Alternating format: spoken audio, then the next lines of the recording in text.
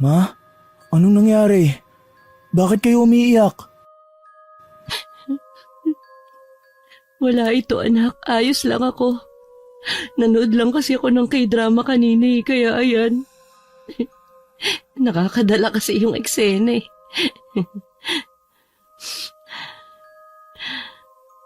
Ma, alam kong may problema kayo. Sabihin niyo na sa akin. Huwag na ho kayong magsinungaling. Alam ko kung may tinatago ka. Nakalimutan mo bang nag-aral ako ng psychology? Kakauwi pa lamang ni Chito galing sa paaralan nang maabutan niyang namumugto ang mga mata ng kanyang ina at umiiyak. Agad niyang nilapitan ito at hinawakan ang kamay ng ina. Nahuli ko ang iyong ama na meron siyang ibang babae, Chito. Paano mo nalaman? Paano mo nahuli? Narinig ko siyang may kausap na ibang babae sa cellphone. Noong una, akala ko tungkol lang sa trabaho Pero habang tumatagal, naging malinaw sa akin na hindi yun tungkol sa trabaho. Tahan na po. Ako na lang ang kakausap kay Papa. Hindi nakaimik si Mirna sa sinabing yon ng kanyang nag-iisang anak na si Chito. Ilang minuto pa lang ang nakakaraan ay tila gumuho ang kanyang mundo nang marinig ang kanyang asawang may babaeng kinakausap sa telepono nito ng pasikreto. Sa loob ng mahigit 2 dekadang pagsasama ay nalaman niyang may kinakalantaring iba ang kanyang mister. Halos madurog ang puso niya sa bawat salitang namumutawi sa bibig ng kanyang asawa. Narinig niyang sinasabi ni Reden sa babae na wag itong tatawag kapag nasa bahay na ito dahil baka marinig niya. Kinutuban siyang may babae ang kanyang mister dahil bigla na lang itong nanglamig sa kanya. Nagsimula yon nang magretiro na ito sa pagsusundalo. Madalas siya nitong tanggihan na makipagtalik. Palaging sinasabi ng lalaki na matanda na sila para sa bagay na yon. Kadalasan din ay dahil sa pagod, antok at kung ano-ano pang dahilan. Tapos ay napansin din ni Aling Mirna na madalas nababawasan ang kanilang savings sa bangko. Meron itong pinagkakagastusan na hindi niya alam kung saan napupunta. Monitor niya ang takbo ng pera ng asawa kaya nasasaktan siya kapag nangyayari yon. Pakiramdam niya ay nawawala na ng respeto sa kanya ang lalaki. Nasasaktan siya hindi lamang para sa kanyang sarili, kundi para na rin sa kanyang anak na si Chito. Huwag na anak. Hayaan mo na lamang kami mag-usap ng iyong papa. Kami na ang aayos nito. Naramdaman ni Chito ang puot at lungkot sa dibdib ng kanyang ina. Hindi siya matingnan nito sa kanyang mata at tila tinitimbang ang sitwasyon. Maya-maya ay nilakasan niya ang loob na sabihin sa kanyang ina kung ano ang kanyang nalalaman. Mama, may kailangan po akong aminin sa inyo. Matagal ko na pong alam ang tungkol sa babae ni Papa. Ha? Ano? Bakit hindi mo sinabi sa akin, anak? Natakot akong sabihin sa inyo dahil ayoko kayong masaktan. Ayoko masira ang pamilya natin dahil sa ginawa niya. Pero ngayon, alam ko na mali ang itinago ko ito sa inyo. Pasensya na, Ma. Paano mo nalaman? Paano mo nahuli? Katulad ninyo, narinig ko rin po siya noon na may kausap sa telepono. Ang walang hiya. Hindi na talaga pumipili ng lugar kung saan at kailan sila maglalandian ng kabit niya. Ang kapal ng mukha. Makilala ko lang kung sinong malanding babae na yon. Lagot talaga siya sa akin. Lintik lang ang walang ganti. Hindi nga po ako makapaniwala nung una na magagawa sa atin yun ni Papa. Kinikilabutan nga po ako dahil tanda-tanda na saka pa mga angabit at maglolo ko. Parang feeling teenager na makatawag ng baby sa babae niya. Hayaan mo na lang muna, anak. Ako na ang bahala. Huwag mo ipaalam sa iyong ama na alam na natin ang katotohanan, ha? Basta mag-focus ka lang sa pag-aaral mo. Ayoko maapektuhan yon. Lalo na at graduating ka pa naman. Paano na lang kung biglang mabaliw ang ama mo doon sa babae niya tapos iwan tayo? Ikaw yung maapektuhan yan. Ayoko mangyari yon. Sige po, Mama. Nagkasundo ang mag-ina na hindi magpapahalatang alam na nila ang sikreto ng kanilang padre de pamilya. Ngunit isang hapunan ay hindi napigilan ni Chito na iparamdam sa kanyang ama ang kanyang inis at tampo. Tahimik lang itong sumusubo ng kanyang pagkain at hindi matingnan sa mata ang kanyang papa. Matipid din ito kung sumagot kapag siya'y tinatanong. Naramdaman ni Mang Reden ang kakaibang lamig sa paligid lalo na kay Chito. Malakas makaramdam ang ama kaya alam na agad nito kung may problema ang isa sa kanila. Kumusta? May bagong balita ba? Ang pag-aaral mo, okay lang ba? Kailan ang graduation? Ayos lang po, Pa. Oh, parang tahimik ka yata. May problema ba? Wala po. Pagod lang po ako. Chito, kung may problema ka, pwede mo namang sabihin sa akin. Kanina ko pa kasi napapansin na may kakaiba sa tinginan yung mag-ina. Galit ba kayo sa akin? O meron ba kayong sikreto na hindi sinasabi? Makikinig ako. Ngunit imbis na sagutin ang lambing ng ama ay biglang tumayo ang binata at diretsong pumasok sa kanyang silid. Anong problema ng anak mo, Mirna? Naku, huwag mo nang intindihin at baka may pinagdadaanan. Ako na lang ang bahala na kumausap sa kanya mamaya. Di ko nagustuhan yung ginawa niya. Para akong nabastos. Ikaw naman, baka pressured lang siya sa school. Ako na lang ang kakausap. Sige. Pagkatapos ng hapunan ay mabilis na pinuntahan ni Mirna ang kanyang anak. Naabutan niya itong nakataklob ng unan sa mukha. Dahan-dahan niya itong nilapitan at marahang kinuha ang mga kamay. Inamin kaagad ng lalaki na hindi niya maintindihan kung bakit nangyari ang ganoong bagay sa kanilang pamilya. Na sa tagal ng naging pagsasama ng mga magulang ay nakuha pang mambabae ng kanyang tinitingalang ama. Nagtanim ng galit si Chito mula noon. Mas lalo pang naging malamig ang pakikitungo niya sa kanyang ama. Halos di na niya pansinin si Reden. Madalas na lang na magdahilan si Aling Mirna sa kanyang asawa na baka may problema sa babae o sa paaralan nito, kaya nadadala ang problema sa kanilang bahay. Nakakapanibago ang anak mo ah. Namimiss ko na yung kakulitan niya. Yung kaingayan sa pagiging masayahin niya. Ano ba kasing naging problema ng anak ko ha, Mirna? Bakit ayaw niyong sabihin sa akin? Baka makatulong ako. Hayaan mo na lang muna siya. Walang gana din niyang sagot. Nakahiga na sila at nagpapahinga ng oras na yon. Pinapakiramdaman ni Mirna ang kanyang asawa. Sa totoo lang ay namimiss na rin niya ito ng sobra. Masakit sa kanyang tanggapin na lahat ng mainit na sandaling kanilang pinagdaanan ay magiging alaala na lamang sa pagitan nilang dalawa. Mas lalo pang nadagdagan ng sakit yon nang marinig niya ang malakas na hilik nito. Hindi na niya mabilang sa kamay kung ilang araw o taon nang walang nangyayari sa kanilang dalawa. Subalit nagbago na nga si Reden. Muling naglandas ang luha sa kanyang mga mata nang muling maalala ang mga pinagdaanan ng bago na buo ang isang halos perpektong pamilya na binuo nila. Una silang nagtagpo ni Reden nang ikasalang kanyang pinsan na si Isabel sa isa ring sundalo noon. Bisita noon ang mapapangasawa ng kanyang pinsan ang noong binata pang si Reden. Sa probinsya, uso pa noon ang sayawan sa bisperas ng kasal. Si Reden ang kanyang unang nakasayaw ng gabi na yon. Wala nang iba pang lalaki na nangahas na makipagsayaw sa kanya maliban sa lalaki. Nagtataka siya nung una pero may nakapagsabi na takot na raw ang mga binata na isayaw siya dahil binakura na siya ng sundalo. At doon nagsimula ang kanilang love story. Ilang araw pa siyang nanatili sa Ilocos at doon siya sinimulang ligawan ni Reden. Maski na ilang araw pa lamang silang nagkakakilala ay sinagot na niya ito bago pa siya umuwi sa kanilang bayan doon sa Nueva Ecija. Yun ang pinakamasayang araw ng kanyang buhay. Mahal na mahal niya si Reden kaya hindi niya ito pinahirapan sa pandiligaw. Isang malaking pagsubok sa kanilang dalawa yung magkalayo sila sa isa't isa. Ngunit hindi naging hadlang ang distansya para hindi nila maipadama ang kanilang pagkasabik at pagmamahal sa bawat isa. Nagkakausap sila sa mga payphone noong araw, ngunit mas madalas ay nagkukwentuhan sila sa pamamagitan ng sulat.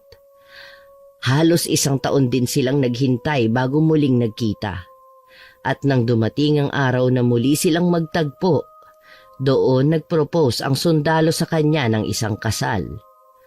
Umuwi sa Nueva Ecija si Reden at hiningi nito ang kamay ng dalaga sa kanyang mga magulang. Taong 1984 nangyari yon. Simple lang ang kanilang naging kasal at sibil. Katwiran kasi ni Reden noon ay kailangan niya agad na makabalik sa serbisyo. Ipinangako niyang babawi na lamang siya sa kanyang asawa sa mga susunod na pagkakataon. Good provider at naging mabuting asawa si Reden. Bagamat malayo ay kailanman hindi ito nagkulang ng kanyang suporta. Ngunit isa lang ang napansin niya noon sa kanyang asawa. Masyado itong malambot pagdating sa mga kamag-anak nito sa probinsya ng Ilocos Norte. Madalas itong tumulong sa mga mahihirap niyang kapamilya. Halos buwan-buwan ay palagi niyang binibigyan ng pera kung sino man ang tinutulungan niya. Hindi naman siya hinahadlangan ni Mirna sa ganoong gawain. Bagkus ay sinuportahan nito ang asawa, lalo't di naman ito nagkukulang din sa kanya. Binayayaan sila ng isang anak na lalaki, isang supling na parang ipinagbiyak na bunga sa kanyang ama, at pinangalanan nila itong si Chito. Mama, papasok na po ako sa school. Tulog pa ba kayo? Halos hindi maimulat ni Mirna ang kanyang mga mata. Naririnig niya ang boses ng kanyang anak pero hindi niya magawang sumagot. Tanging mga ungol lang ang kanyang nagawa. Narinig ni Chito ang mahihinang ungol mula sa silid ng ina, kaya agad siyang nagmadali na makapasok. Nakita niyang nanginginig na tila nilalamig ang ina. Mama, anong nangyari? Sinalat niya ang noo ng ina at agad na napansing mainit ang katawan nito. Inaapoy ka ng lagnat, Diyos ko! Ma, bakit? Agad siyang naghanap ng basang tuwalya at inilagay ito sa noo ng ina. Kasunod ay kumuha siya ng thermometer para sukatin ang lagnat nito. Habang hinihintay ang resulta, hinaplos niya ang kamay ng ina at sinigurong komportable ito. Kaya mo ba? O dadali na po kita sa ospital? Walang naging tugon ang ginang. Kaya naman nagdesisyon ang binata na dalhin na sa ospital ang ina. Ilang araw din itong nanatili roon hanggang sa siya ay payagan ng i-release ng kanyang doktor. Akala ni Chito ay ayos na ito pero ang hindi alam ng binata ay namumuo pala sa katawan at isip ng ina ang isang mas matinding sakit. Sa loob kasi ng ilang araw na nagpapagaling siya ay ni minsan hindi siya dinalaw ng kanyang asawa. Huli na nang malaman nilang umuwi pala ito ng Ilocos Norte. Nalaman na lang nila ito nang tumawag sa telepono para magpaalam. Sinabi nitong may importanteng bagay itong gagawin doon. Naisip ni Mirna na wala na talagang pakialam sa kanya si Reden. Para siyang sinampal ng katotohanang hindi na siya pinahahalagahan ng kanyang asawa dahil iba na ang priority nito. May mas importanteng tao na itong pinupuntahan kaysa sa dalawin siya at kumustahin ang kanyang lagay sa ospital. Nagkaroon siya ng depresyon dahil sa labis na pag-iisip. Isang klase ng sakit na kapag inaatake ay hindi siya makatulog at hindi makakain. Halos magdadalawang linggo nang hindi umuuwi ang kanyang asawa. Labis na siyang nag-aalala dahil baka hindi naman talaga kamag-anak ang inuwian nito kundi ang kabit niya. Napatingin siya sa nakakwadrong wedding picture nila ng asawa.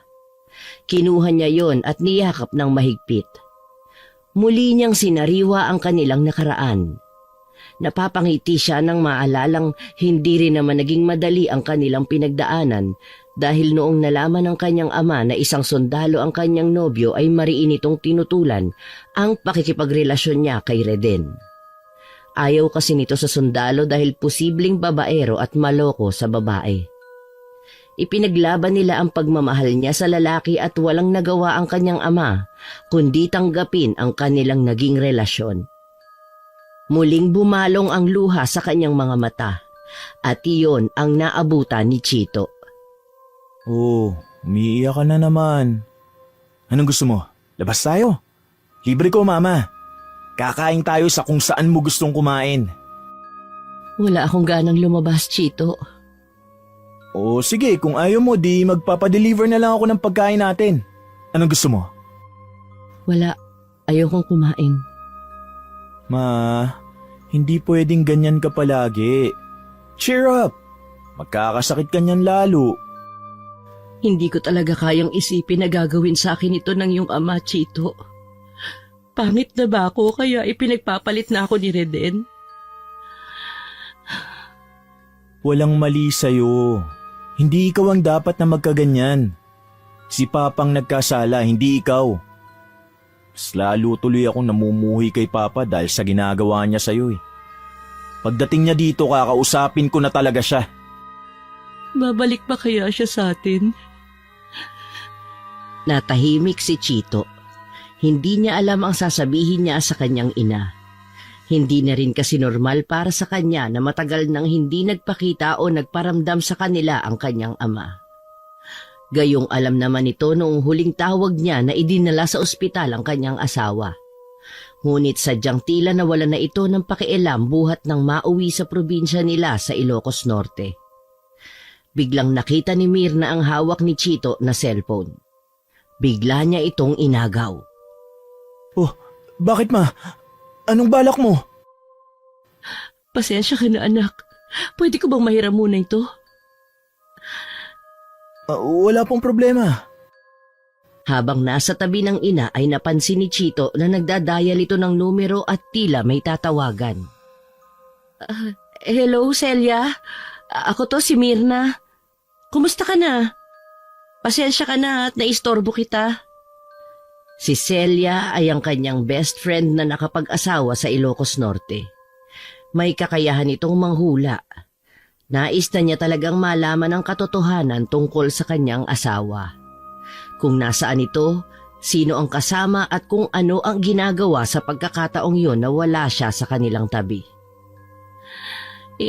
Gusto ko sanang itanong sa'yo kung pwede mong hulaan kung nasaan ang asawa ko ngayon at kung anong ginagawa niya. May nararamdaman kasi akong hindi maganda eh. Tahimik na nakinig si Chito habang patuloy sa pakikipag-usap ang kanyang ina. Ilang sandali pa ay nakita niya ang biglang pag-iba ng mukha ni Mirna. Parang nagulat at nabigla. Talaga? Nasa Ilocos Norte siya ngayon? At may kasama siyang babae? Ang mga salitang yun ang tila dumurog sa puso ng binata. Lalo pa at nakikita niya ang mga mata ng ina na tila nawala ng kislap at ang panghihina nito ay lalo pang nadagdagan. Hindi na nito narinig pa ang ibang sinabi ng kaibigan dahil pinatay na niya ang cellphone dahil sa pagkadismaya sa nalaman sa asawa. Sa pagkakataong yun ay alam na niya ang katotohanan. May babae ito sa Ilocos Norte. At marahil ang babae ring yon ang posibleng pinadadala nito ng pera at hindi mga kamag-anak niya. Niloko siya ng asawa. Hindi niya alam kung gaano nakatagal siyang niloloko nito pero yung huling nalaman niya ang labis na nakadurog sa kanya. Anong sabi ni Tita Celia? Ang sabi niya kasama raw ni Reden ng isang babae sa Ilocos Norte. May anak sila. Totoo ang kutob natin, anak. Parang bumagsak ang mundo ni Chito nang marinig ang masakit na katotohanan yon sa kanyang ina. Bagamat ganoon ang kanyang nararamdaman ay pinili niyang magpakatatag at kumalma. Kinausap niya ng maigi ang kanyang ina at ipinaramdam dito na ayos lang ang lahat, na hindi nag-iisa ang kanyang mama. Mabuti pa po. Magpahinga na lang muna kayo, Mama. Tinulungan niyang makahiga ng maayos ang kanyang ina. Inayos din niya ang una nito at hinintay na pumikit ito.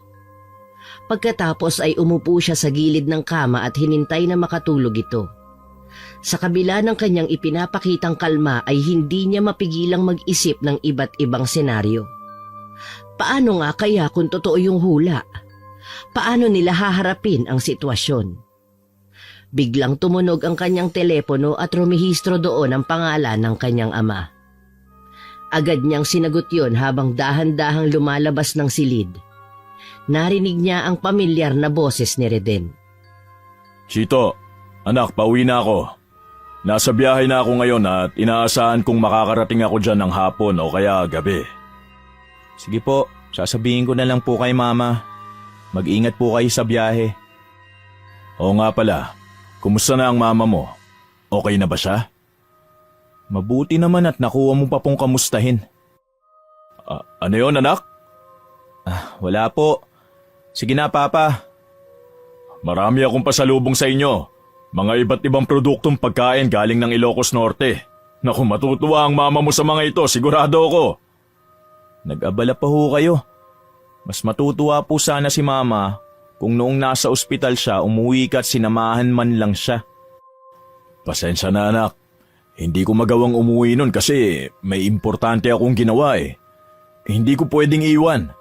Pero nasa isip ko na mga oras na yun ang nanay mo. Walang oras na hindi ako nag-alala sa kanya. Talaga ho ba? Parang hindi naman ho totoo. Para kasing pakiramdam ko, wala na kayong pakialam sa kanya.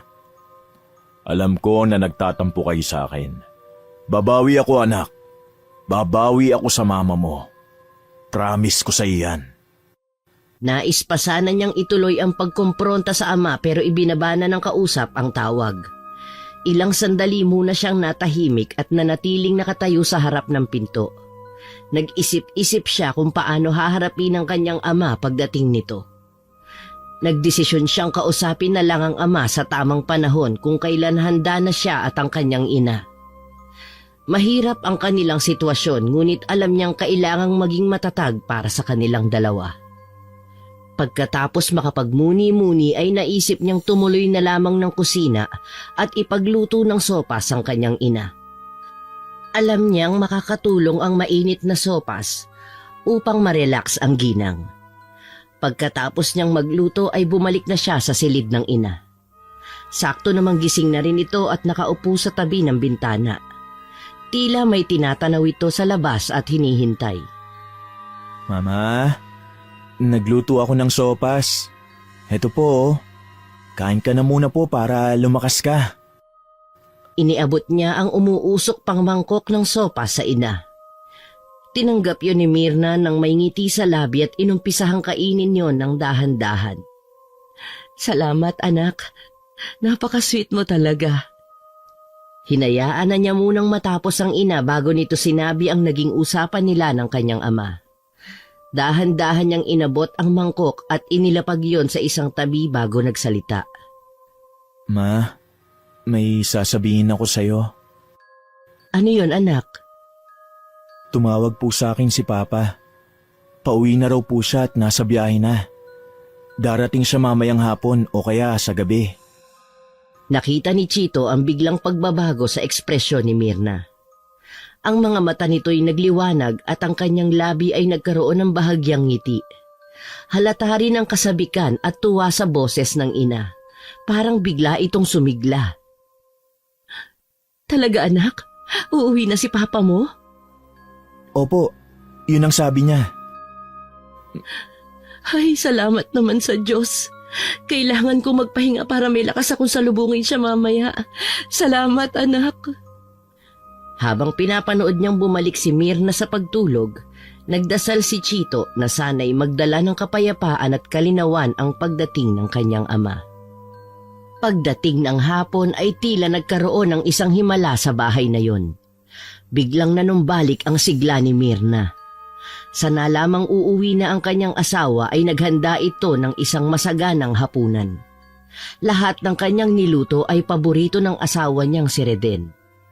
Pakanta-kanta pa ito habang inihahanda ang mga putahe sa lamesa. Habang abala ang babae ay pinanonood naman siya ng anak. Hindi nito mapaniwalaan ang nakikitang mabilis na pagsigla ng kanyang ina. Mama, ayos lang po ba talaga kayo? Baka kasi napapagod na kayo at... Ayos lang ako, anak. Kailangan ko talaga itong gawin para matuwa naman sa akin ang papa mo. Matagal siyang nawala, baka na-miss niya ang luto ko eh. Gusto kong maging espesyal ang gabing ito. May ngiti sa mga labi ni Mirna habang sinasabi ang mga katagang yon sa anak. Masaya siya habang inilalapag ang mga plato, kutsara, tinidor at iba pang gamit sa lamesa.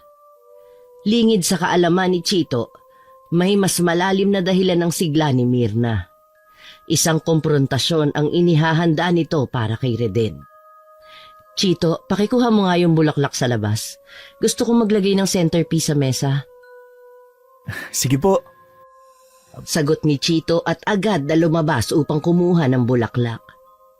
Habang nag-iisa, huminga ng malalim si Mirna. Iniisip kung paano niya sisimula ng usapan mamaya. Makalipas ang ilang sandali, natapos din ni Mirna ang paghahanda. Maayos na ang mesa at mabango na ang bahay dahil sa nilutong mga pagkain. Kaya naman pagdating ni Reden ay agad nitong naamoy ang mababangong putahe sa labas pa lang ng kanilang bahay. Agad siyang sinalubong ni Mirna. Narito ka na. Kumusta ang biyahe mo? Akin na yung mga gamit mo at ako nang magdadala sa sala. Kakaiba ang aura mo ngayon ah. Anong meron? Parang napakasaya mo. Siyempre masaya ako kasi nandito ka na. Ang tagal mo rin kasing nawala eh. Tagal ba yun? Mahigit 2 linggo lang naman akong nawala. Noon nga taon bago ko umuwi pero ayos lang sa'yo. Siyempre iba naman yun. Trabaho kasi ang dahilan noon at tawag ng tungkulin bilang isang sundalo. Yung ngayon kasi hindi ko alam kung saan ka nagpunta. Basta-basta ka na lang nawala. Ni hindi ka man lang nagpaalam sa akin ng personal. Pasensya ka na ha. Biglaan din kasi. Nagka-emergency sa probinsya.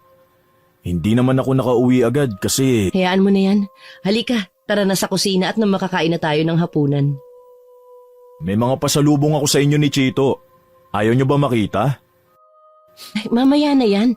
Nandun na sa kusina ang anak mo naghihintay. Dito pa lang naamoy ko ng masasarap na niluto mo ah. Pagpasok nila sa kusina ay hindi mapigilan ni Reden ang tuwa sa kanyang mga nakita.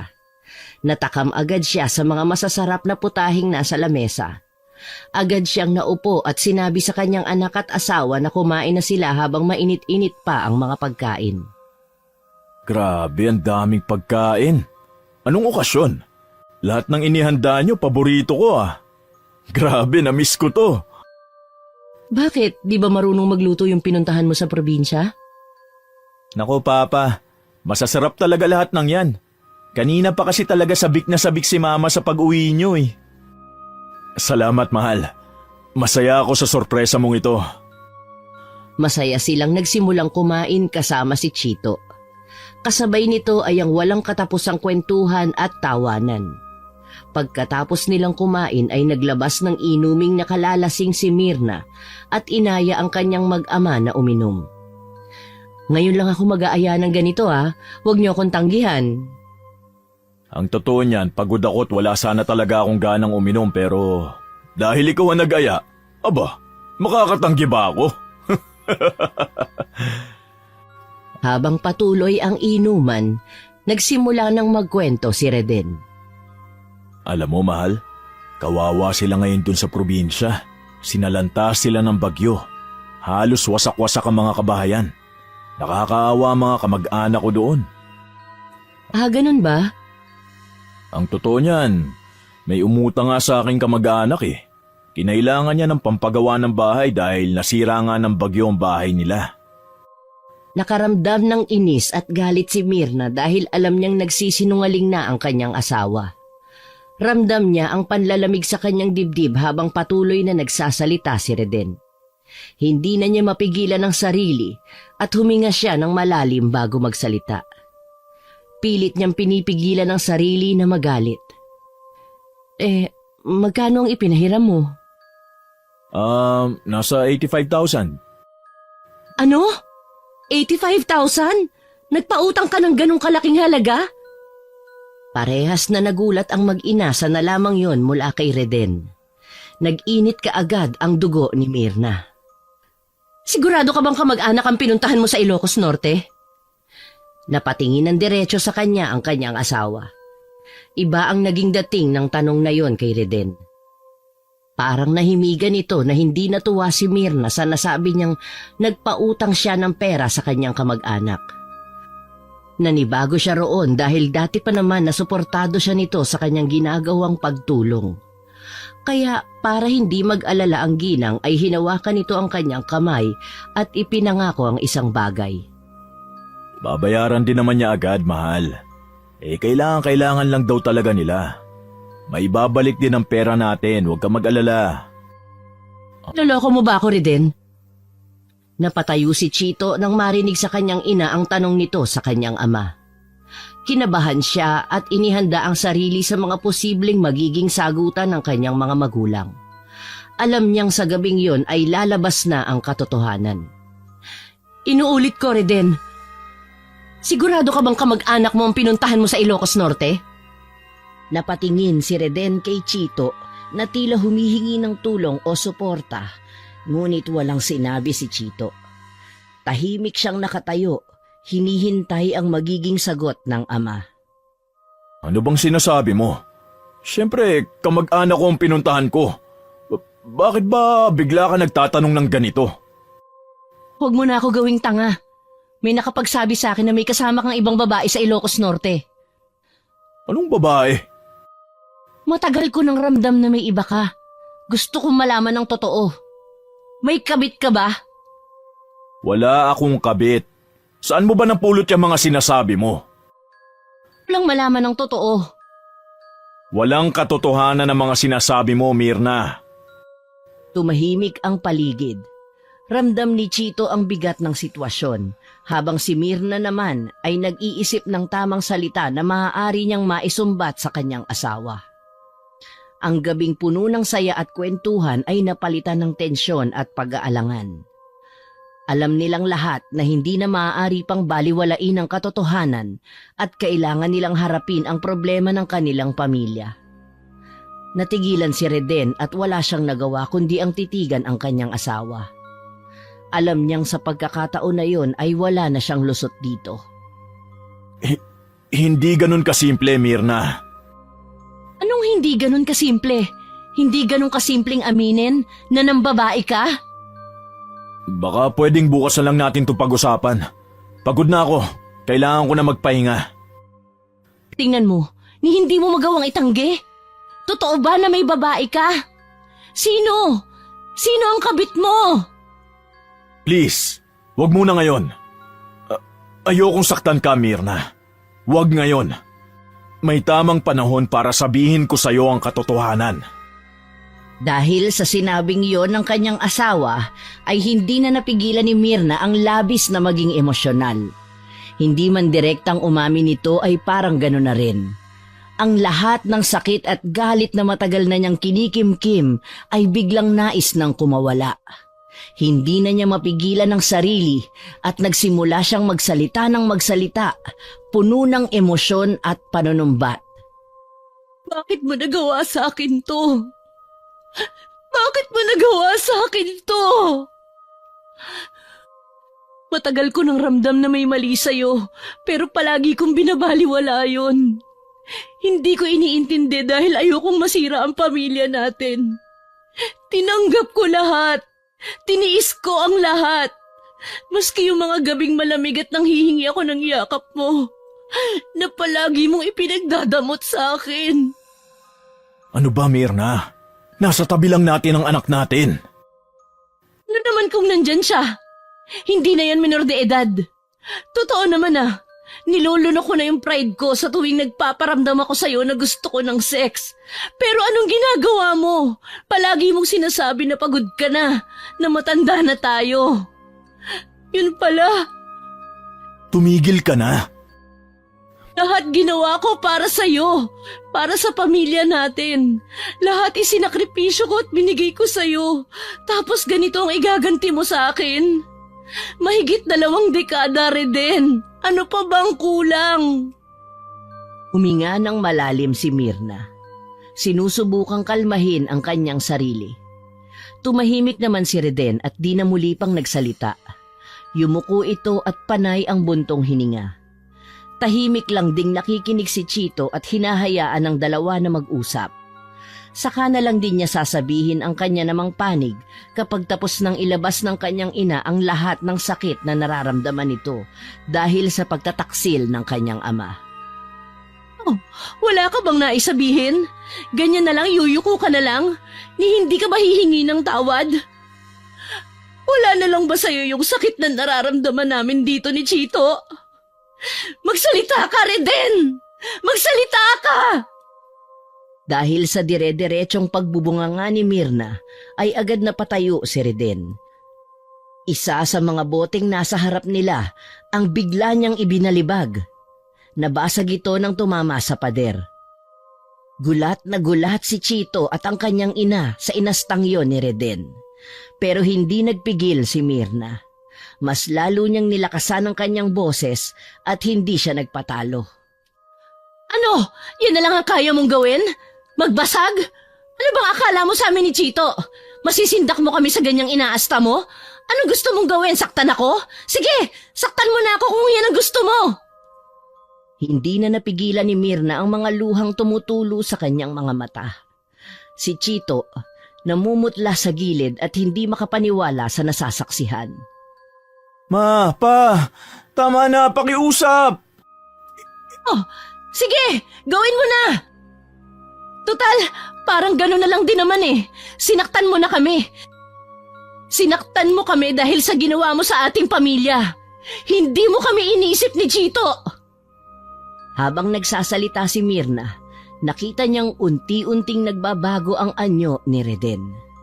Namutla ito at maya-maya ay hinawakan nito ang kanyang dibdib. Bigla na lang siyang nanigas at ang kanyang mukha ay napuno ng takot. Ang kanyang mga mata ay nanlaki at nagsimula siyang huminga ng malalim at mabilis. Hindi ko sinasadya. Sa isang iglap, tumumba siya sa sahig. Sapu-sapo ang kanyang dibdib. Mama, inaatake sa puso si Papa. Minga ng malalim si Reden. Halos hindi na makahinga. Mirna, Chito. Huwag ka ng ambulansya. Habang nakahiga sa sahig si Reden, ay naging kapansin-pansin na ang kakaiba niyang paghinga. Hirap at malalim. Lalong humigpit ang pagkakahawak niya sa kanyang dibdib na tila nilalabanan ang matinding sakit na kanyang nararamdaman. Ngunit pagkaraan lang din ng ilang sandali ay tuluyan na siyang nawalan ng malay. Habang inaantay ang ambulansya ay nanatiling kalmado lamang si Chito sa kabila ng takot at pagkabigla. Lumapit siya sa kanyang ama na nakahandusay sa sahig.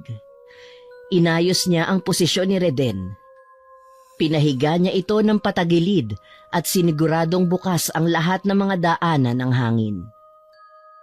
Reden, gumising ka. Please, huwag mo akong iiwan. Nakikiusap ako, lumaban ka. Lumuhod si Chito sa tabi ng kanyang ama at iniba nitong muli ang posisyon ng ama bago sinimulan ang compressions.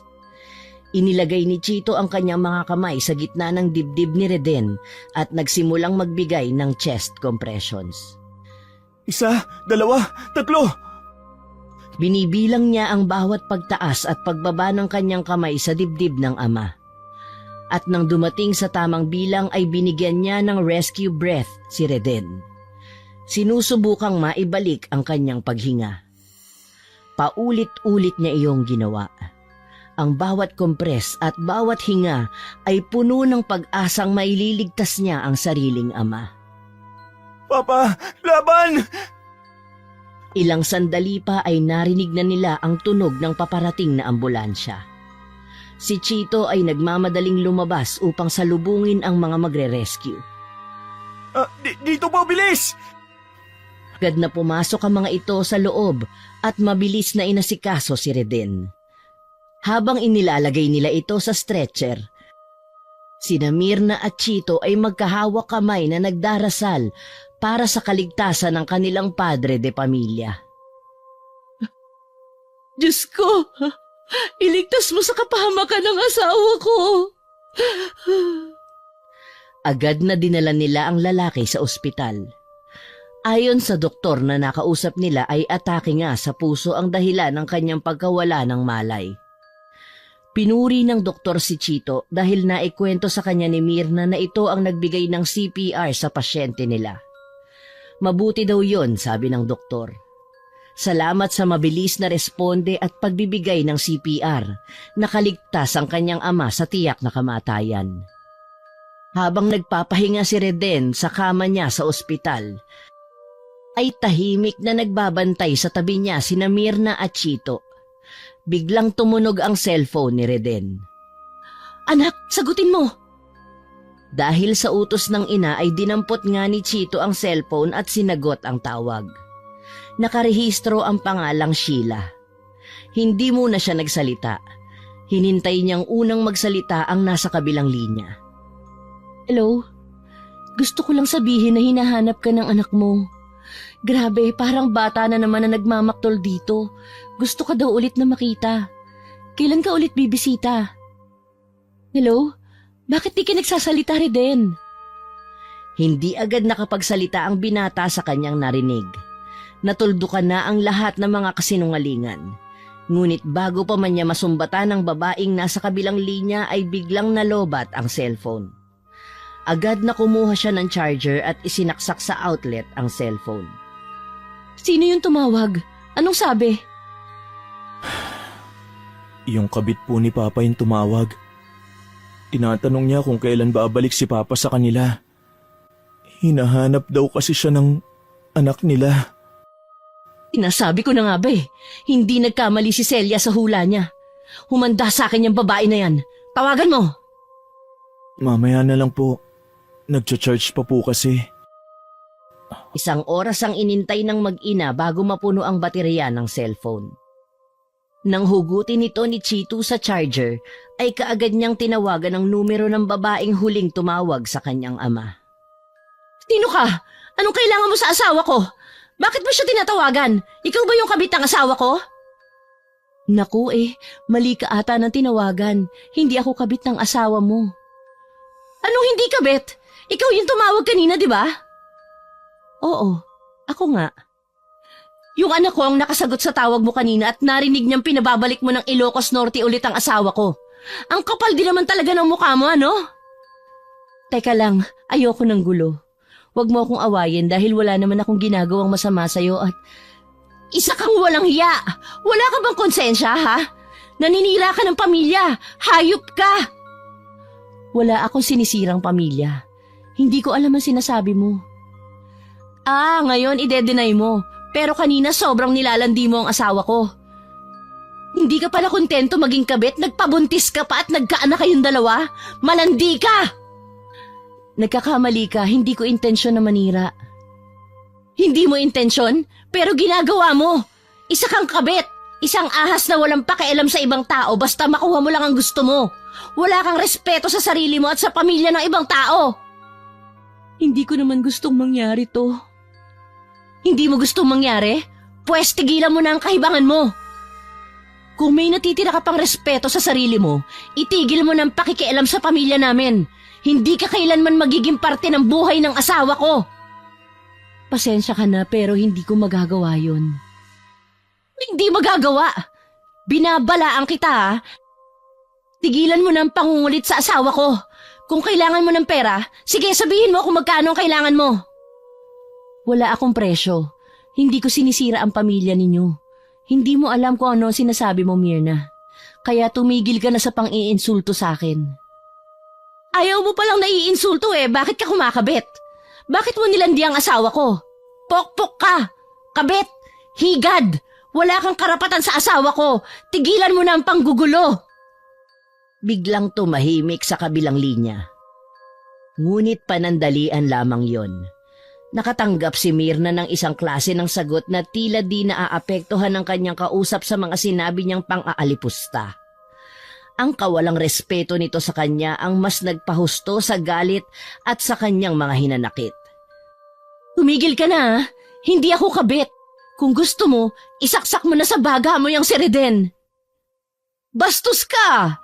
Ang kapal talaga ng mukha mo! Alam mo, hindi ko talaga maintindihan kung bakit may mga katulad mong babae na kayang manira ng pamilya para sa sarili nilang kaligayahan. Tuluyan ng tumahimik ang babae sa kabilang linya. Subalit hindi pa rin nagpaawat si Mirna. Maya-maya ay may narinig siyang isang matinis na boses ng isang babae. Tinawag niyang mama ang kausap nito sa telepono. Nawala ang focus ng babae kay Mirna. At doon itinodo niya ang pang-aaway dito. Naisip niyang pagbantaan ito bago tapusin ang tawag. Kita ko hindi mo titigilan ng panggugulo sa pamilya namin! Hindi ako natatakot. Wala naman akong ginagawang masama. Pagkatapos ng matindi at marahas nilang pag-uusap, ay pabagsak na binitawan ni Aling Mirna ang cellphone ng kanyang asawa. Nang hihina itong napaupo, mabilis namang inalalayan ni Chito ang ina upang makaupo ito ng maayos. Anak, ginawa ko na ang dapat. Mula noon ay isinumpa na ni Mirna sa kanyang sarili na gagawin niya ang lahat para gawing impyerno ang buhay ng babaeng yun. Ang inis, sakit at galit ang nag-udyok sa kanya upang magplano ng isang paghihiganti. Pagkalipas ng ilang araw ay nakalabas na ng ospital si Reden. Nagsimula silang bumalik sa kanilang normal na buhay, ngunit kailangang gawin ng ginang ang isang bagay para sa kapayapaan ng kanyang isip. Isang umaga habang nag-aalmusal ang pamilya, nagpaalam si Mirna sa kanyang asawa. Reden, kailangan kong umuwi muna saglit ng Nueva Ecija. May aasikasuhin lang ako. Gusto kong dalawin ng mga magulang ko. Ha? Sasamahan kita. Matagal ko na nga rin di nakikita sila nanay at tatay eh. Kumusta na ba sila? Mabuti naman sila pero huwag ka nang sumama. Ako na lang. Ayoko maabala ka. Alam ko naman na maraming naghihintay sa iyong trabaho sa negosyo mo. Saglit lang naman ako babalik din ako kaagad. Kung ayaw mo magpasama, ayos lang naman. May kailangan ka ba? Wala. Bibigyan kita ng pera. Ibili mo ng pasalubong sina tatay. Oo, Reden. Salamat. Siguradong matutuwa si tatay sa mga bibilin kong pasalubong nito. Kinuha niya ang perang inaabot sa kanya ng mister. Ngunit sa kanyang isip, iba ang plano niya para sa pera na yon. Balak niyang gamitin ang pera para bayaran ng taong magtatrabaho para sa kanya. Isang tao na makakatulong para sa kanyang paghihiganti. Napangisi siya at yun ay kaagad napansin ng kanyang anak na si Chito. Subalit naghintay muna ang binata ng tamang oras upang komprontahin ang ina. Saka lamang siya nagbukas ng saloobin nang pumasok na sa trabaho ang kanyang ama. Si Reden ay matagal nang nagnenegosyo. Isang hardware shop ang kanyang inaasikaso. Ipinatayo niya ang negosyong yon gamit ang perang nakuha niya mula sa pagreretiro bilang sundalo. Habang abala si Mirna sa pag-aayos ng mga pinagkainang plato, ay lumapit sa kanya si Chito. Ang mukha ng binata ay puno ng pag-aalala. Alam ni Chito na may pinaplano ang ina at batid niyang hindi yun maganda. Pwede po ba tayong mag-usap? Ano yun, anak? May problema ba? Ano po talagang plano nyo? Ba't biglaan naman yata yung pag-uwi ninyo? Nasabi ko na sa papa mo yung dahilan, di ba? Yun lang yun. I'm sorry po, pero parang may nararamdaman akong di maganda eh. Pambihira ka naman bata ka. Ano namang gagawin kung hindi maganda? Ma, huwag mo nang ituloy kung ano man yung pinaplano mo. Hindi tamang maghiganti tayo. Anak, hindi mo naiintindihan. Kailangan kong gawin ito. Hindi ko hahayaan na sirain ng babae na yun ang pamilya natin. Ano pong balak mong gawin? Hindi mo na dapat malaman, anak. Ako nang bahala doon. Kailangan ko lang tong gawin para matahimik na ako. Kailangan kong gumanti. Ayos lang ako, anak. Huwag mo na akong alalahanin. Alam ko ang ginagawa ko. Huwag ka sanang magagalit sa akin, Mama. Kasi Kaya ako lang naman sinasabi ang mga bagay na to dahil ayoko masaktan kayo. Ayoko ring mapahama ka sa kung ano man ang pinaplano mo. Mahal kita, Mama. Tayo na lang dalawa dito ang talagang magkakampi. Isa pa, ilang araw na lang po graduation ko na. Importanteng araw yun sa akin. Ayokong wala ka. Gusto kong makita ka ron. Gusto kong makita na proud ka sa akin. Palagi naman akong proud sa'yo eh. Mula pa nung maliit ka, palagi kong ipinagsisigawan lalo na sa mga kamag-anak natin kung gaano ka katalino at kabait. Alam ko yun. At saksi po ako doon. Salamat sa lahat-lahat, Mama. Sa mga naging sakripisyo mo sa akin. Sino ba yan? Nagdadramahan na tayo dito. Naiiyak ako eh. Baka mamaya pag sumakay ako ng bus pag-isipan pa ako ng mga pasahero na broken dahil sa namumugto kong mata. Mama naman, nagawa pa magbiro. Sige na, huwag ka nang umalis. Huwag mo nang ituloy yung plano mo. Kailangan ko talagang ituloy ito para matahimik na ang kaluluwa ko, anak. Hayaan mo na ako.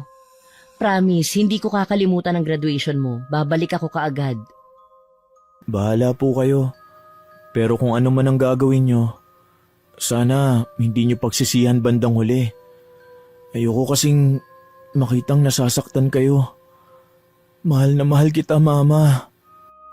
Napapikit si Mirna at hinugot ang isang malalim na hininga. Yumakap ng mahigpit si Chito sa kanya, isang mainit at puno ng pagmamahal na yakap. Naramdaman ni Mirna ang labis na pagmamahal sa kanya ng kanyang anak. Tila dinudurog nito ang kanyang puso at napapalambot nito ang matigas na pader ng kanyang galit at hinanakit sa mundo. Ngunit bago pa man siya tuluyang bumigay, ay binitawan na niya ang anak. Kailangan niyang ituloy ang plano, anuman ang mangyari. Habang naglalakad palayo sa kanilang bahay ay ramdam niya ang kakaibang bigat ng kanyang naging desisyon. Alam niyang hindi magiging madali ang kanyang gagawin, ngunit buo na ang kanyang loob na ipakulam ang karelasyon ng kanyang asawa. Ang lahat ng hinanakit at selos sa babae ang nag-udyok sa kanya upang igawad dito ang isang hindi makatarungang hustisya. Sa kanyang pag-alis, dala ni Mirna ang pangako sa sarili na hindi niya hahayaan ng sino man na sirain ang kanyang pamilya. Pagdating niya sa kanilang probinsya ay agad niyang pinuntahan ang kanyang tita Elisa. Medyo papadilim na rin noon. Lingid sa kaalaman ni Reden ay may isang kapamilya si Mirna na may taglay na kapangyarihang itim o may kakayahang mangkulam. Si Elisa ay ang nakatatanda at nag-iisang kapatid ng kanyang ina. Matagal na panahon na buhat nang lumayo ito sa kanyang sariling pamilya dahil halos itakwil siya ng mga magulang nito nang mahuli siya mismo ng kanyang ina na nagsasagawa ng ritual. Magmula noon ay naging bantog na siyang mangkukulam. Tumira ito sa bukid ng mag-isa at doon ay malaya niyang nagawa ang masasamang gawi. Ginawa niyang negosyo ang pangungulam. Naging kliyente nito ang ilang mga mayayaman o karaniwang mga tao na may hangad na hindi maganda sa kapwa. Sa kabila ng tunay na pagkatao nito ay nagkaroon siya ng asawa at isang anak. Ang tahanan ni Elisa ay nakatayo sa gitna ng isang kabukiran. Matatagpuan ito sa isang baryo na napapalibutan ng mga pananim ng mga palay at gulay. Halos 15 minuto din ang nilakad ni Mirna bago marating ang bahay ng kanyang tiya. Pagdating niya doon ay nakasarado ang pinto at tila walang tao. Ang bahay ay gawa sa lumang kahoy at bato na may bubong na yero na halos kinain na ng kalawang. May mga baging na nakapulupot sa mga haligi at dingding na tila nagsasabi sa sino mang daraan na huwag pumasok.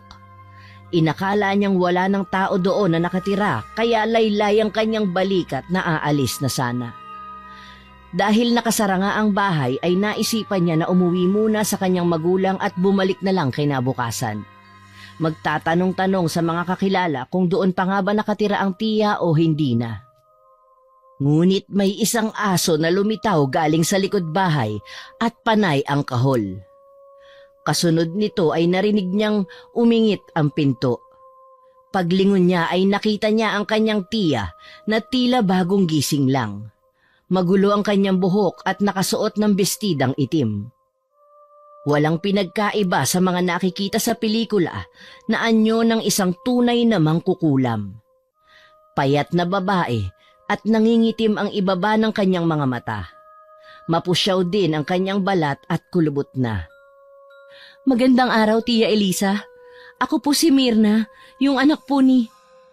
Kilala kita. Anong ginagawa mo rito? Anong kailangan mo? Hindi na po ako magpapaligoy-ligoy, Tia. Kailangan ko ang tulong ninyo. May ipapakulam sana ako sa iyo eh. Biglang nagdilim ang mukha ng matanda nang marinig ang tunay na pakay sa kanya ng kanyang pamangkin. Tinitigan niya ng masama si Mirna. Tiningnan niya ito mula ulo hanggang paa. Bumakas ang isang malupit at galit niyang anyo.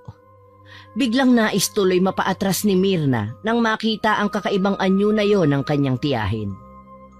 Ang totoo ay hindi naman talaga sila close nito dahil simula bata siya ay pinagbawalan na sila ng kanyang ina na makipaglapit dito.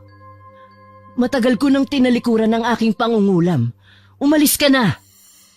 Hindi ako aalis dito, Tia, hanggat hindi mo ako tinutulungan. Kailangan kong gawin to kasi gusto kong isalba ang pamilya ko. Wala akong pakialam sa pamilya mo. Ang tagal na panahon na wala akong pamilya. Umuwi ka na sa inyo at baka makita ka pa dito ng iyong ina ay ako na naman ang sisihin nun kapag may nangyari sa iyong masama. Ayoko na ng gulo. Makinig ka, Tia. May kabit ang asawa ko at sa ngayon punong-puno ng galit ang puso ko. Gusto kong magbayad siya sa lahat ng sakit na nararamdaman ko. Gusto kong maghiganti. Hiwalayan mo na lang ang asawa mo kung gusto mo. Sinabi nang umalis ka na dito eh. Mas marami pa akong kailangang unahin kesa dyan sa mga hinanakit mo. Nasa ospital ang anak ko ngayon, Mirna. Kailangan kong kumayod para may maipon na panggasto sa kanyang pagpapagamot. Bibigyan kita ng sapat na pera para makabayad sa mga naging gastusin niyo sa ospital. Gawin mo lang yung gusto ko. Handa ko ibigay sa'yo maski magkano. Hindi biro ang mangkulam.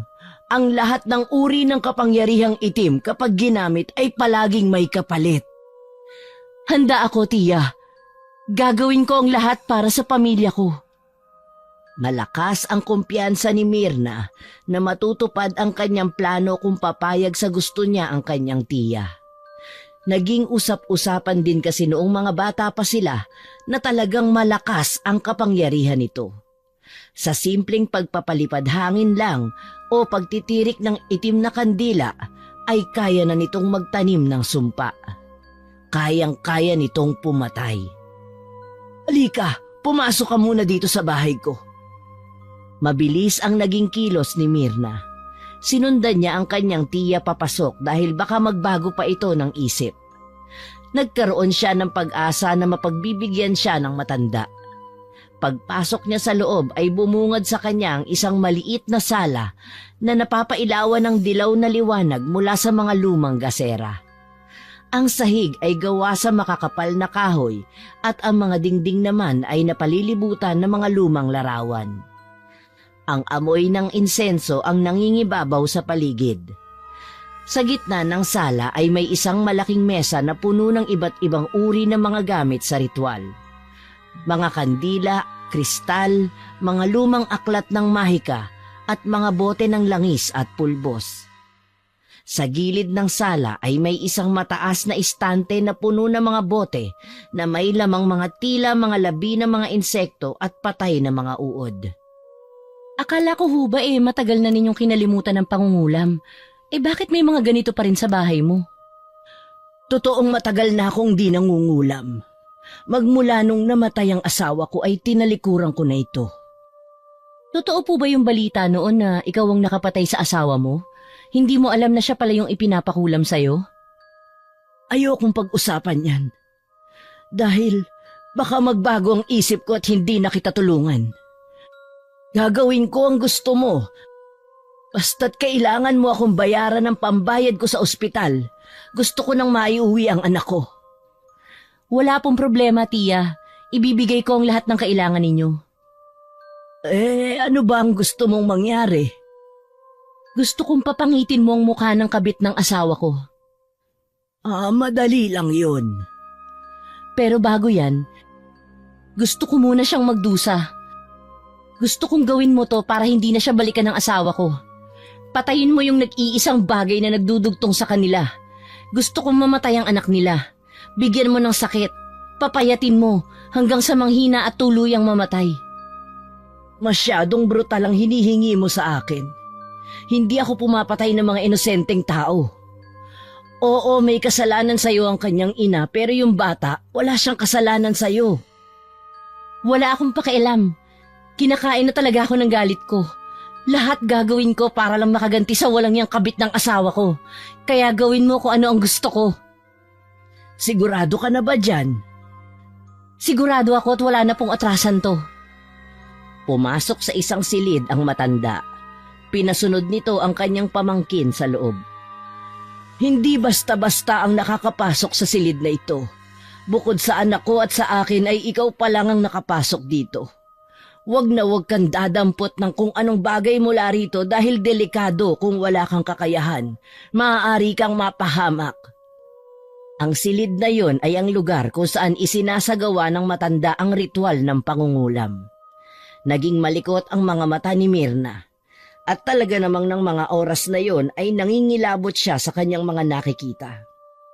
Ang sahig ay may mga nakaukit na simbolo na hugis bilog at may mga nakaguhit na larawan ng mga mukha ng demonyong may mga sungay. Sa gilid ng silid ay may isang tila altar doon na puno ng iba't ibang kulay na kandila. Mayroon ding mga nakalagay doon na ilang piraso ng mga hinabing manika.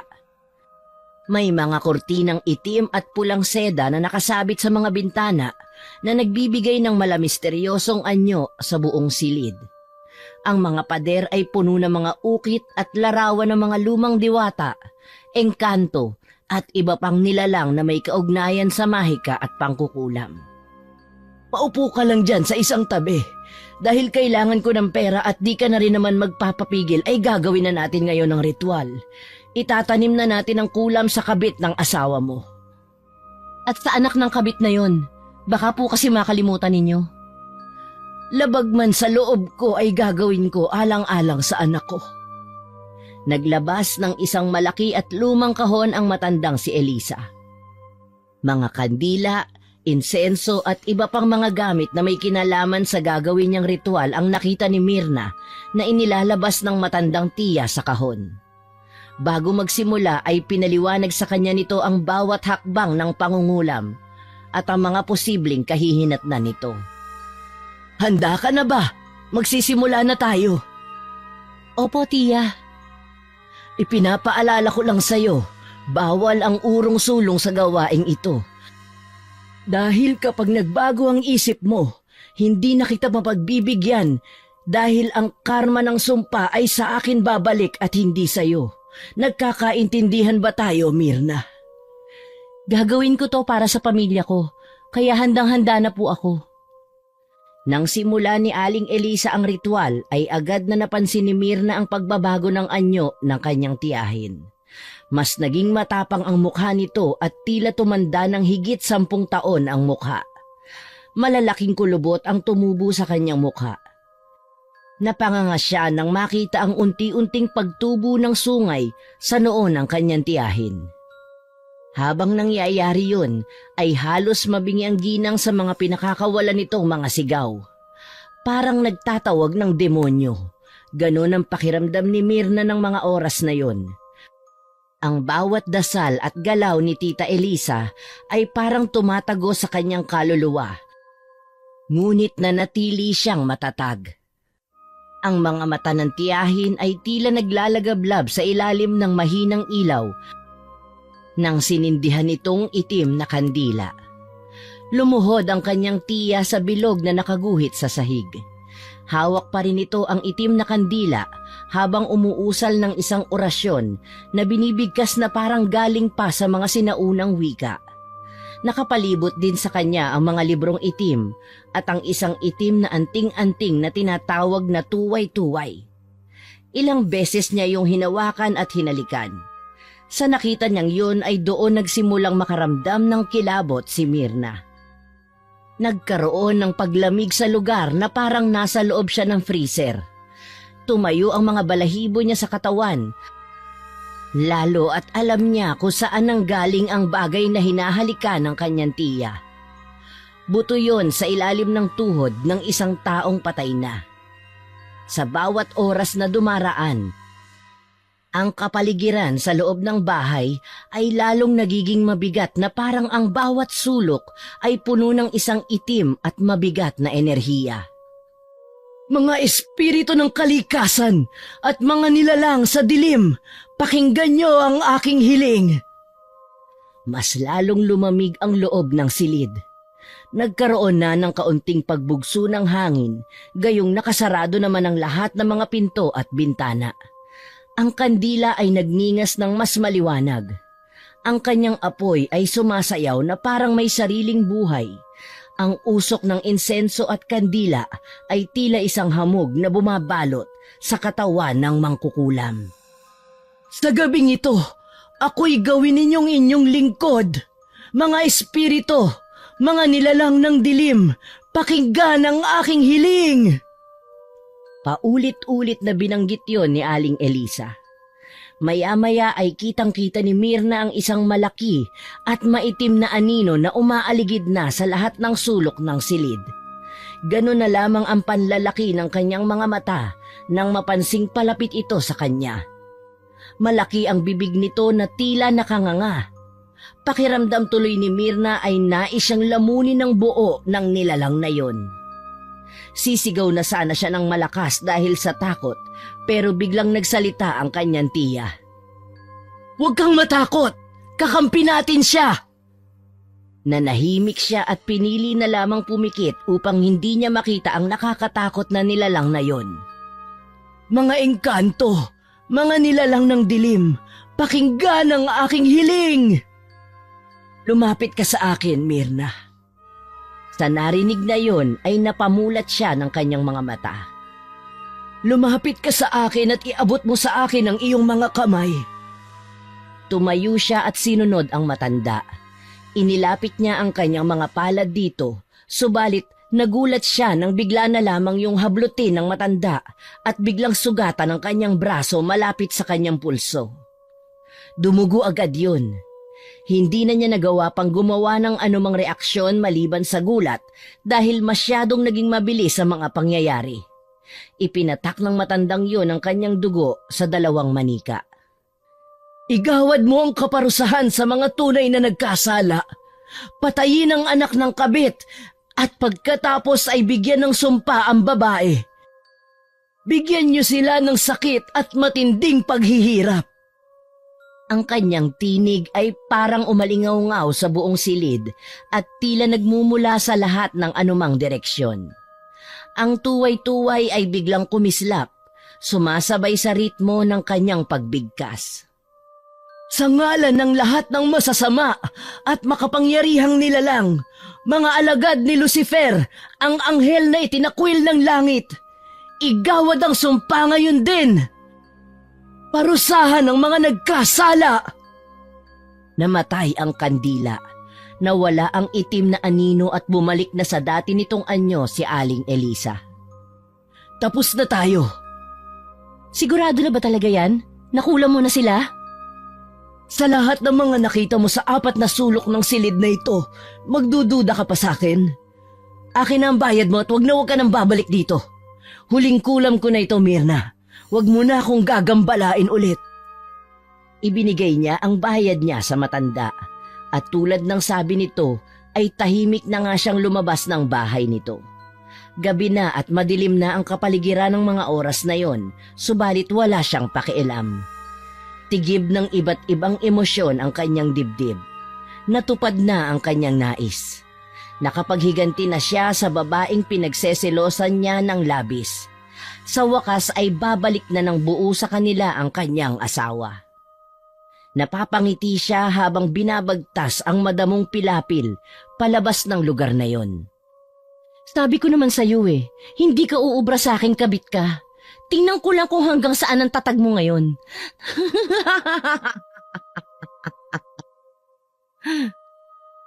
Pagkalipas ng araw na yon ay hindi na rin nagtagal sa probinsya si Mirna. Mas maaga siyang bumalik dahil ayaw niyang magkaroon ng aberya ang graduation ng kanyang anak. Ang pinakaayaw kasi niya ay yung naghahabol siya ng araw. Nangumusta lamang siya sa kanyang magulang at nagbigay ng pasalubong. Isang gabi lang din siyang natulog doon at saka siya nagpaalam na uuwi na. Ramdam ng kanyang ama na tila may mali sa kanya at tinanong pa nga kung nagkakaroon ba sila ng problema ni Reden, pero itinanggi niya na meron silang problema. Hindi na rin niya binanggit sa kanyang mga kapamilya ang pagdalaw niya at paghingi ng tulong sa kanyang tiya hanggang sa bumiyahe na rin siya pauwi kinabukasan. Pagdating sa kanilang tahanan ay naabutan niya si Chito na nakatambay sa sala at nanonood ng pelikula sa telebisyon. "Anak, narito na ako." Oh, akala ko ba ilang araw ka po dun? Ang bilis nyo rin palang uuwi, Mama. Diyos ko naman, Chito, para mo namang sinabi na parang ayaw mo na akong umuwi. Hala, hindi naman po sa ganun. Nagulat lang po ako. Ano, kumusta po sina Lolo? Hindi ba nila hinanap ang paborito nilang apo? Tinanong ka nga eh, bakit daw hindi ka sumama? Sabi ko na lang na hindi ka nakasama kasi abala ka sa school para sa graduation mo. Inimbitahan ko na rin pala sila anak na dumalo. Salamat at in-invite mo sila, Mama. Gusto ko after graduation ko magsa-celebrate tayo. Ilabas natin sila. Ipasyal sa mga magagandang lugar dito. Ipagsha-shopping tapos kumain tayo sa masarap na restaurant. Walang problema anak, isi-celebrate talaga natin ang graduation mo. Ay, ang saya-saya ko talaga. Parang kakaiba po ang aura nyo ngayon Bakit? Ano ba ang nakikita mo sa akin ngayon? Nakainom po ba kayo ng Happy Pill? Ang saya-saya nyo po eh. Anong meron sa mama ko? Nakaganti na ako. Po? Anong nakaganti? Tapos ko nang ipakulam yung babaeng yun at yung kanyang anak. Matatahimik na tayo. Ano? Ipinakulam mo sila? Ma, anong pumasok sa isip mo? Ba't mo ginawa yun? Alam mo, hindi titigil ang babaeng yun hanggat hindi niya tayo nasisira. Kaya hayaan mo na ako. Nagawa ko na at hindi ko na mababawi yun. Pero masama po yun. Hindi dapat sinusuklian ng kasamaan ng mga maling nagawa sa atin. Paano po kung makarma tayo? Ikaw? Pinoprotektahan ko lang ang aking pamilya, anak. Ginawa ko yun dahil mahal ko kayo ng papa mo. Ayaw ko maghiwa-hiwalay tayo. Nakaramdam ng kaunting inis si Mirna dahil tila nawalan siya ng kakampi ng questionin ng kanyang anak ang kanyang nagawa. Nasa ganoong sitwasyon silang mag-ina nang dumating ang haligi ng tahanan. Mahal, nandito ka na pala. Kumusta ang pag-uwi mo? Wala. Nag-walk out ang ginang. Tumuloy siya sa kanyang silid at doon ibinuhos ang kanyang mga sama ng loob. Pambihirang buhay to. Hindi ko alam kung saan ako lulugar eh. Basta, wala na akong pakialam. Importante sa akin ngayon, napakulam ko na yung babae. Bahala na sila sa mga buhay nila. Basta kami ng pamilya ko, mabubuhay kaming masaya. Ngunit isang sigaw ang narinig niya. Nagkakagulo ang kanyang mag-ama sa ibaba ng kanilang bahay. Ilang segundo pa siyang nakiramdam, ngunit nang mapagtanto niyang may mali na nangyayari, ay tumayo siya sa kama at mabilis na tinungo ang sala. Naabutan niya ang anak na namimilipit ang tiyan sa sakit. Sumusuka din ito ng kulay itim na likido, parang natunaw na itim na kandila. Ang sakit ng tiyan ko, Mama! Aray! Tulungan niyo ako! Agad nilang itinakbo ng ospital ang binata. Subalit kahit ilang test ang kanilang ginawa ay wala silang makitang anumang sakit o abnormalidad sa mga organ ni Chito. Maging ang isinusuka nitong itim na likido ay hindi nila maipaliwanag kung saan nanggaling. Malinis naman kasi at normal ang kanyang tiyan galing sa resulta ng kanyang ultrasound. Maski walang anumang makitang sakit sa binata ay hindi pa rin nila ito iniuwi. Nanatili ito sa ospital dahil nagreklamo na ang kanyang anak ng labis na panghihina. Sa ilang oras pa lang na pananatili nito sa ospital ay napansin na kaagad ni Mirna na parang natuyo ang balat ng anak. Ang mga mata nito ay mabilis na nangalumata at ang kanyang mga labi at pisngi ay nawala ng kulay. Namumutla ito. Isang matandang babae ang bigla na lamang lumapit kay Mirna at sinabing baka nakulam ang kanyang anak. Ganon daw kasi kung nakukulam ang isang tao. Hindi talaga nakikita ng mga doktor kung ano ang mali sa katawan ng pasyente.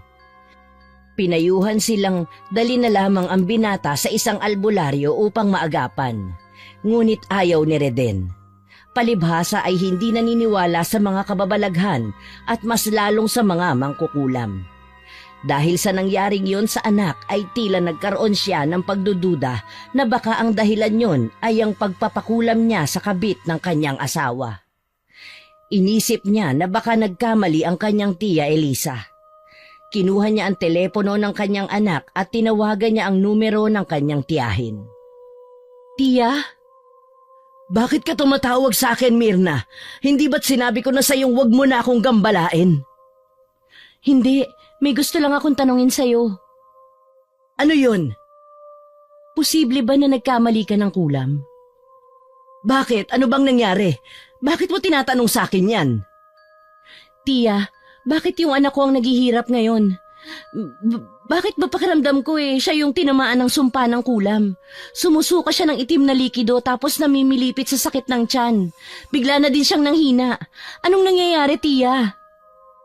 Imposibleng magkamali ako.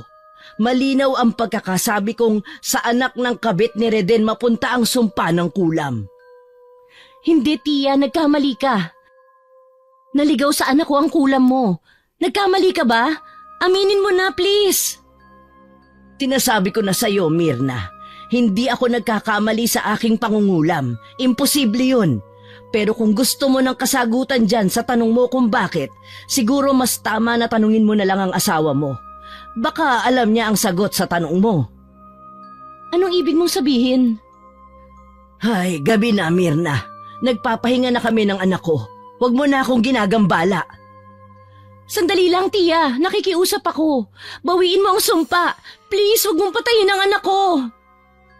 Binalaan na kita noon. Hindi ka nakinig. Bawal bawiin ang kulam. Patuloy sa pakikipagtalo si Mirna sa kanyang tiyahin. Ngunit ang hindi niya alam ay kanina pa nakikinig sa kanya ang kanyang asawa. Nakita lamang niya ito nang ibinabana niya ang kanyang telepono. Nakatulala ito at nakatitig sa kanyang mukha. Ano yung mga narinig ko, Mirna? Ipinakula mo ang sarili mong anak? Tawarin mo ko, hindi ko sinasadya. Yung anak mo sa kabit mo, yun yung ipinakulam ko at hindi si Chito. Alam mo bang hindi ako naniniwala sa kulam? Pero dahil galing na rin sa bibig mo, maniniwala na ako. Bakit mo ginawa yun? Nahihibang ka na ba? Bakit hindi mo ko hinintay na kausapin ka? Kakausapin? Bakit? Ano ba ang pag-uusapan natin? Biglang nag-init ang mukha ni Mirna. Mahapdi rin yon at kumikirot. Natahimik naman si Reden habang pinagmamasdan ang pagkakamot ng kanyang asawa sa kanyang mukha. Sino pa ang ipinakula mo bukod kay Chito? Ipinakulam ko din ang kabit mo. Sinabi ko kay Tia na papangitin niya yung walang hiyang babae na yon. Biglang napahagulgol ng iyak si Mang Reden. Hindi maintindihan ni Mirna kung bakit gano'n na lamang ang naging reaksyon ng kanyang asawa. Bigla niyang naisip na marahil ang iniiyakan nito ay ang magiging kalagayan ng kanyang kabit. Nasasaktan ba ito dahil masisira na ang kagandahan ng babaeng yon? Yon ang mga tanong na naglalaro na sa kanyang isip. Bakit ka umiiyak? Bakit mo ginawa ito, Mirna? Patawarin mo ako kasi hindi ako naging tapat sa'yo. Mabuti naman at inamin mo na, Reden. Minahal kita. Buong buhay ko binigay ko sa'yo pero ito ang iginanti mo sa akin. Nagawa mo ng mambabae, nagkaanak ka pa. Makinig kang mabuti sa akin, Mirna. Ang totoo niyan, Kaya ako nagkaroon ng early retirement sa pagiging sundalo ko ay dahil na aksidente ako.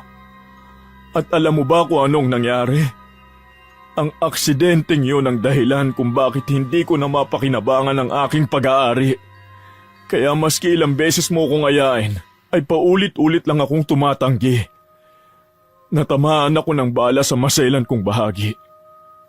Siguro naman, alam mo na kung anong ibig sabihin noon, Mirna. Pero bakit di mo sinabi sa akin? Bakit kailangan mong ilihim? Dahil nahihiya ako. Kaya nagpakasubsob ako sa paghahanap buhay at pagnenegosyo para maibigay sa inyo ni Chito ang lahat ng pangangailangan nyo. Para maibigay sa inyo ang maginhawang buhay dahil yun na lang naman ang magiging silbi ko. Hindi na kita kayang paligayahin o kahit na sino mang babae na sinabi mong karelasyon ko. Sino yung kasama mo sa Ilocos Norte? Si Sheila. Ang tunay kong asawa, Mirna. Sa kauna-unahang pagkakataon ay inamin ni Reden sa kanyang asawa na hindi sila ang lehitimong pamilya niya. Peke ang kanilang kasal. Sinabi din nito na may anak itong isa kay Sheila pero kailangan niyang suportahan dahil sakitin at lumaking espesyal. Naghiwalay kami ni Sheila noon nung nahuli niya akong may iba ng karelasyon. Patawarin mo ko. Patawad, Mirna. Inamin din ni Mang Reden sa kanyang asawa na alam ng dating asawa nito ang kanilang naging relasyon. Tinanggap na lamang yon at inintindi ng babae basta't kailangan lamang tuparin ni Reden ang napag-usapan nilang sustento para sa kanilang anak. Naduwag akong aminin sa iyo ang lahat kasi ayokong mawala kayo sa akin. Lalo na ikaw, Mirna. Mahal na mahal kita. Nung pinapili niya ako, ikaw ang pinili ko. Ikaw! Hindi alam ni Mirna noon kung ano ang kanyang mararamdaman ng mga oras na yon. Mahigit 2 dekada yon na nagsama sila sa isang relasyong pinaniwalaan niyang legal at totoo. Halos maglupasay ang ginang sa kanyang mga nalaman. Nanghina ang kanyang tuhod. Patuloy pa rin ang pangangati ng kanyang balat. Alam niyang ilang oras lang ay mararamdaman na niya ang tindi ng kulam na siya rin ang may kagagawan. Labis siyang nagsisi sa kanyang ginawa. Araw ng graduation ng anak pero walang Chito na dumalo. Tanging ang mga magulang na lamang ni Mirna ang kumuha ng kanyang diploma sa entablado. Namatay si Chito na naghihirap. Labis-labis ang isinuka nitong itim na likido na ayon sa mga doktor ay siyang tila lumason dito. Samantala, si Mirna naman ay tinubuan na rin ng mga nakakatakot na bukol sa mukha. Nanuyo na rin ang kanyang balat. Tulad ng sabi niya sa mangkukulam, nais niyang pumangit ang kabit ni Reden. At yun nga ang nangyari. Kasabay ng kanyang pagpangit ay ang tuluyang pakikipaghiwalay na din sa kanya ng kanyang mahal na si Reden. Pagkatapos kasi ng libing ng binata, ay nagpaalam na rin itong babalik na lamang sa kanyang tunay na pamilya. Maski alam niyang siya ang tunay na dahilan kung bakit nagalit si Mirna at nagawa ang ganoong bagay ay hindi niya magawang tanggapin na pinili nitong gumawa ng masama dahil sa selos at sa paghihiganting walang katuturan. Inuwi ng kanyang mga magulang si Mirna sa probinsya at doon ay paulit-ulit siyang nakikiusap sa kanyang tiya Elisa upang bawiin ng kulam pero naging matigas ito. Ayaw daw niyang maibalik sa kanya ang kulam. Dahil kailangan pa siya ng kanyang anak. Umiyak man si Mirna ay huli na. Hindi na niya maibabalik pa sa dati ang lahat. Wala na ang kanyang pinakamamahal na pamilya. Patay na si Chito at palala ng palala ang kanyang mga sugat at bukol. Nakailang palit na din sila ng albularyo pero walang magawa ang mga ito. Malakas at makapit ang kulam. Hanggang ngayon, pinagsisisihan ni Aling Mirna ang kanyang nagawa. Aminado siyang nagkamali siya.